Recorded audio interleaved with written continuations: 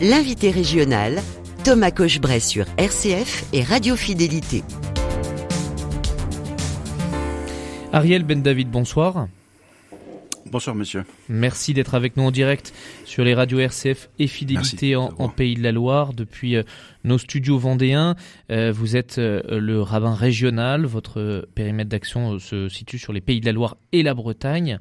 Les représentants des différentes confessions en France viennent tout juste de sortir aujourd'hui du bureau d'Emmanuel Macron à l'Élysée qui les a rencontrés. Une marche contre l'antisémitisme a eu lieu un petit peu partout en France, notamment à Nantes aussi, où il y a eu un rassemblement statique. Vous y avez participé, je crois. Quelle est votre réaction au lendemain de cette manifestation ou de cette marche ? Mais écoutez, cette marche était importante. Elle a eu un certain succès. Je pense qu'elle aurait pu avoir davantage de participants encore. Malheureusement, elle a été un petit peu polluée par des débats un petit peu stériles et inutiles. Je pense que c'était une marche citoyenne et on devait en rester là. Il n'y avait pas d'étiquette politique, il n'y avait pas de slogan, à part effectivement la République et contre l'antisémitisme. Donc, mais enfin, elle a eu lieu et puis c'est déjà très bien. Espérons que tout cela sera suivi d'effet. Après la démarche, comme a dit le président du Sénat. Emmanuel Macron, je le disais, a reçu les représentants des cultes aujourd'hui à l'Élysée, notamment sur cette question de vous avez dit, c'était dommage qu'il y ait des querelles politiciennes finalement concernant cette marche contre l'antisémitisme, mais n'était-ce pas tout de même réducteur ou partisan justement, et n'aurait-il pas fallu, comme l'a déclaré justement le recteur de la mosquée de Paris aujourd'hui sur les marches de l'Élysée, de faire plutôt une marche contre le racisme plutôt que juste contre l'antisémitisme? Oui, pourquoi pas. Mais il se trouve que ce qui a été prévu, c'était une marche contre l'antisémitisme parce que, tout simplement, eu égard les événements qui ont eu lieu, et puis nous le savons, en moins d'un mois, il y a eu plus de 1000 attaques ou en tout cas actes antisémites, d'ailleurs que je qualifie plutôt moi d'anti-juif, pas trop le terme d'antisémite, ça permet de noyer le poisson.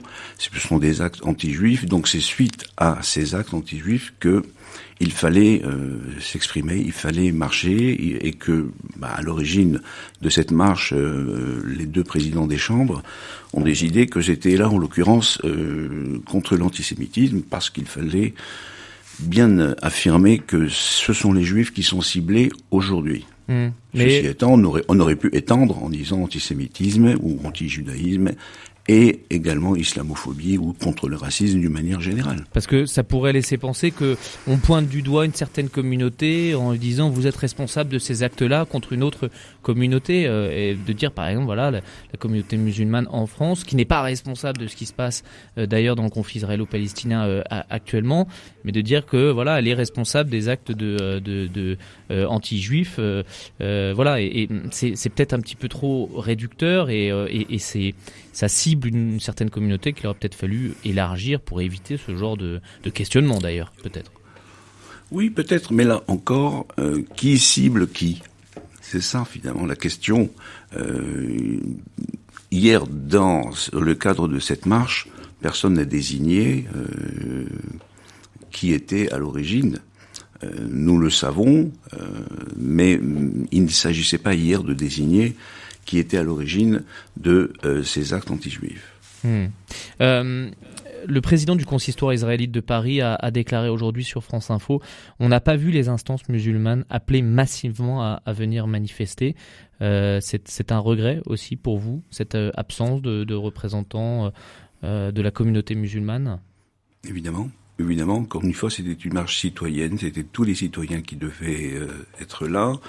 Je déplore effectivement l'absence de la Grande Mosquée de Paris, qui non seulement n'ont pas participé, mais je pense même qu'ils ont appelé au boycott, justement parce qu'ils souhaitaient requalifier effectivement l'intitulé.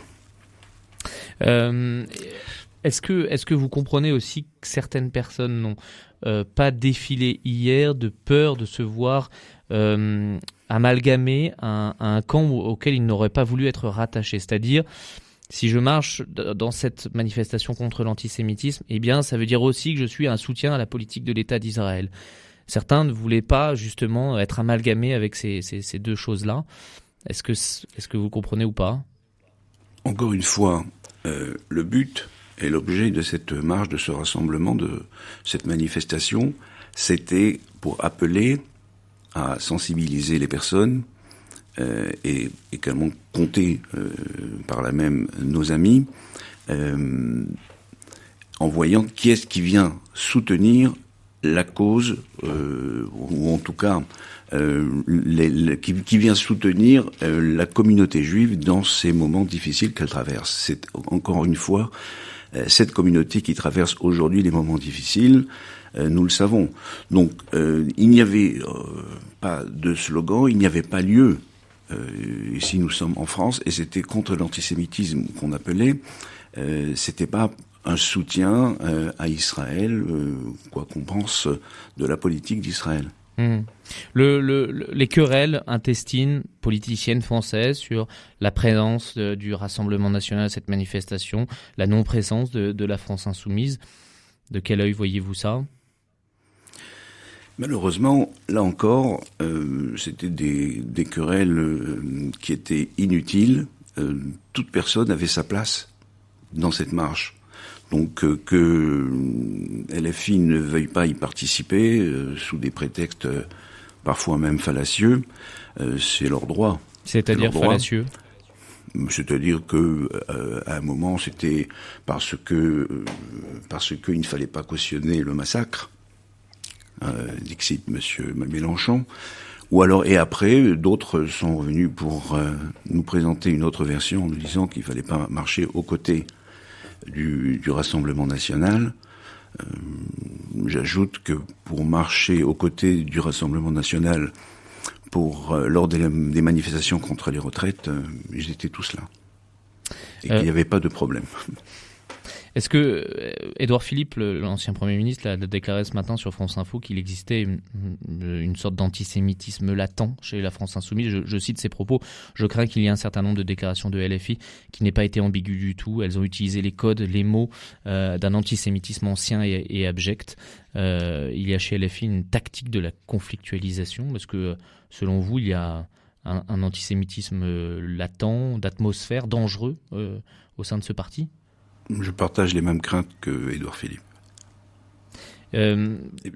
Oui. Oui, évidemment, il y a un problème avec la question juive, j'allais dire, du côté de LFI.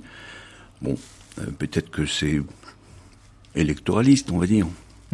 Que vous ne ressentez pas du côté du Rassemblement national?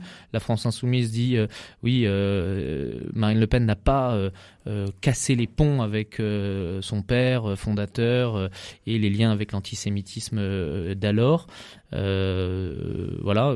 Pour vous, est-ce qu'il y a aussi un antisémitisme du côté de l'extrême droite française?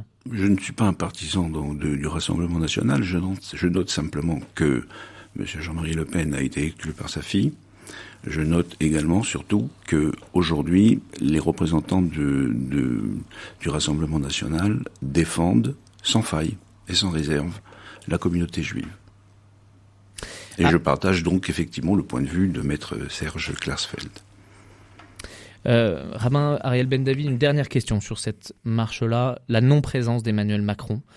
Est-ce que c'était une erreur ou pas? Est-ce qu'il aurait dû être présent? Évidemment. Sa non-présence m'a véritablement choqué, je n'ai pas très bien compris. Il a choisi un autre format d'écrire, mais sa place était bien évidemment au cœur même de ce rassemblement. C'était un rassemblement citoyen, pourquoi le président de la République n'est pas présent? Alors il a peut-être effectivement des raisons, mais pour l'instant, je ne suis pas convaincu. J'attends. Rabbin Ariel Ben David, je le rappelle, vous êtes le rabbin régional sur la région des Pays de la Loire et de la Bretagne. Le conflit entre le Hamas et Israël a suscité une recrudescence des actes antisémites en France. 1159 ont été répertoriés dans l'Hexagone depuis le 7 octobre contre 436 au cours de la seule année 2022. Au total, 502 personnes ont été interpellées. C'est ce que nous disait le ministère de l'Intérieur le mardi 7 novembre dernier concernant les tags d'étoiles de David sur des murs à Paris. Un couple de Moldaves a été renvoyé dans son pays, je crois, aujourd'hui. Ça a été annoncé. Quel est l'état d'esprit face à ce climat? Quel est l'état d'esprit de la communauté juive de Bretagne et des Pays de la Loire? Alors je dois dire que dans notre région, nous n'avons pas eu à déplorer d'actes anti-juifs particulièrement. J'espère que ça va effectivement en être ainsi encore. Mais malheureusement, sur un plan national, vous avez cité les chiffres. Malheureusement, effectivement, nous sommes nous avons effectué un retour en arrière qui nous rappelle effectivement des moments très sombres de notre histoire. D'où l'intérêt effectivement de se mobiliser pour dire non au retour effectivement donc de cette période sombre et noire de notre histoire. Donc évidemment nous sommes soucieux, même si nous dans notre région nous n'avons pas eu à déplorer d'actes anti-juifs, mais nous sommes soucieux, nous sommes vigilants. Est-ce que il y a un climat de peur? Est-ce que vous utiliseriez le mot peur? Non. À Nantes et dans la région, il n'y a pas, je n'ai pas ressenti en tout cas de peur. Il y a certes de la vigilance, il y a certes de l'inquiétude, notamment par rapport à nos frères et sœurs ailleurs, en France et au-delà, mais nous n'avons pas peur. Et il ne faut pas avoir peur. Ça n'empêche pas des juifs d'aller à la synagogue, qui n'ont pas peur de se déplacer avec peut-être un signe ostentatoire de religion sur lui. Voilà, il y a pas ça. Non, pas vraiment. Disons que notre communauté dans l'ouest de la France est plutôt discrète. Il n'y a rien d'ostentatoire. Nous ne sommes pas une communauté très très importante, en tout cas pas très, on va dire, religieux dans le sens où ça va se voir de loin. Voilà, nous on pratique notre judaïsme chez nous et à la synagogue et c'est très bien comme ça. Justement, en termes de chiffres, est-ce qu'il est possible de savoir ça représente combien de personnes ou combien de familles la communauté juive en Pays de la Loire? Au Pays de la Loire, on va dire que ça va de Le Mans alors à Le Mans, il y a peut-être une centaine de familles, Angers, la même chose, peut-être un peu plus. Nantes et aux alentours immédiats de Nantes, aux alentours de 250 familles. Rennes, entre 100 et 150 familles. Brest, une cinquantaine de familles. Et les Sables d'Olonne, une petite centaine de familles également. Rabbin Ariel Ben David, quelle est la position que vous pouvez tenir en tant que représentant religieux sur justement le conflit israélo-palestinien actuel? Alors vous me demandez effectivement donc de m'impliquer. Moi je suis un homme de foi, je ne pratique pas de politique, même si j'ai bien évidemment des idées bien arrêtées. Il est évident que ce conflit n'a que trop duré et qu'il faut arriver à une solution, quelle qu'elle soit. Et qu'il faut effectivement reprendre là où on s'était arrêté, j'ai envie de dire. Mais malheureusement, avec aujourd'hui ceux qui prétendent représenter le peuple palestinien, comme vous le savez, et comme tout le monde le sait aujourd'hui, ça va être extrêmement compliqué. Donc il va falloir tourner une page pour en ouvrir une autre. Vous voulez dire qu'on ne peut pas parler avec le Hamas? Évidemment. Évidemment. La solution à deux États, ça serait une solution ou pas pour vous? C'est une solution, c'est difficile, ça va être compliqué. Je rappelle que le pays, la terre d'Israël, c'est 2 fois le département de la Dordogne. Donc en faire 2 États, pourquoi pas, mais à ce moment-là, il va falloir une cohabitation harmonieuse. Voilà. Donc, si c'est la solution, il va falloir passer par là naturellement, parce qu'il va falloir un jour arrêter ce conflit. Et les pays membres de l'OTAN ont exprimé au lendemain de l'attaque du Hamas leur solidarité avec Israël, mais ils ont également appelé le pays à réagir de manière proportionnée. Pensez-vous que la réplique du gouvernement de Netanyahou est proportionnée ? C'est tout un débat pour savoir si oui ou non c'est proportionné. Moi, je considère de toute façon d'emblée qu'il n'y a pas de guerre propre. Toute guerre est sale, malheureusement. Je note, par contre, que l'armée israélienne, va bien évidemment annoncer ce qu'elle va faire, va anticiper, va distribuer des tracts, va faire en sorte de minimiser véritablement les victimes civiles. Mais que voulez-vous faire lorsque les ennemis vont installer leur quartier général dans les sous-sols des hôpitaux? Comment effectivement agir? Parce que tout le monde, personne n'en dit ce qu'on vient, il va falloir faire quelque chose et régler le problème du Hamas. Mais comment le faire? Alors bien sûr qu'il faut des couloirs humanitaires, bien sûr qu'il faut des pauses. Mais si c'est pour des pauses et des couloirs humanitaires, c'est très bien. Si c'est pour permettre effectivement au Hamas de respirer, là ça va être un peu plus compliqué et ça va durer encore un peu plus de temps. Rabbin Ariel Ben David, merci beaucoup d'avoir répondu à nos questions ce soir depuis nos studios en Vendée. Je rappelle donc que vous êtes le rabbin régional de la Bretagne et des Pays de la Loire. Encore merci de votre participation. Merci à vous. Chers amis auditeurs, c'est la fin de cette émission. Merci à toutes et à tous de nous avoir suivis. Je vous donne rendez-vous dès demain, même lieu, même heure. Bonne soirée.